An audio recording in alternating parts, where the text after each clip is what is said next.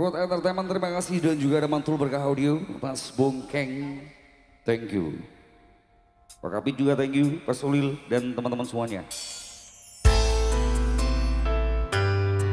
Dan Rajai juga thank you bosku.